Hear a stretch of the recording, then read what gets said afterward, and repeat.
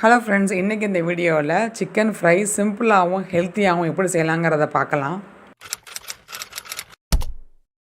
1 kilo chicken 8 piece வர்ற மாதிரி size பண்ணி வாங்கிக்கலாம். வழக்கமாக சிக்கன் ஃப்ரை பண்ணுறதுக்கு நம்ம மசாலா வச்சு பண்ணுவோம். இதில் ஸ்பெஷலாக மந்தி மசாலா வச்சு பண்ணுறதை பற்றி பார்க்கலாம்.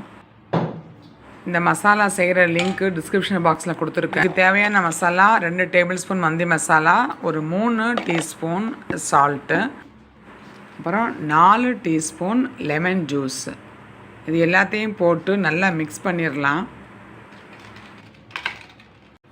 இப்போது சிக்கன் பீசஸ் எடுத்து இந்த மசாலாவில் ஒன்றா போட்டு நல்லா குலுக்கிட்டு மேரினேட் பண்ணி ஒரு 3 to 4 hours ஊற வச்சிடலாம். மசாலாவில் முதல்ல இட்லி கொப்பரையில் இட்லி வைக்கிற மாதிரி தண்ணியை உள்ளே ஊற்றிட்டு இட்லி தட்டு போட்டுட்டு நம்ம இப்போ மேரினேட் பண்ணி வச்சுருக்கிற எல்லா சிக்கன் பீசஸையும் அதில் அப்படியே வரிசையாக அடுக்கி வச்சிடலாம்.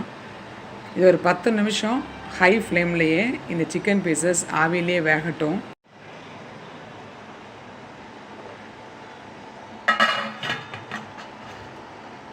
பத்து நிமிஷம் ஆயிடுச்சு.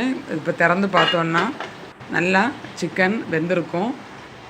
இப்போது வெந்த சிக்கன் பீசஸை ஒன்றா எடுத்து தவாவில் போட்டு ஃப்ரை பண்ணிடலாம்.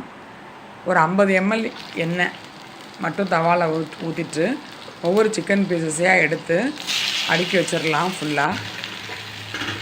இப்போது ஃப்ளேமை லோவில் வச்சுட்டு ஒரு மூடியை போட்டுட்டு மூடி வச்சிடலாம். சிம்மர்லேயே இருக்கட்டும். இடையில அப்பப்போ ஒரு கொஞ்சம் எண்ணெயை அப்பப்போ விட்டுக்கலாம்.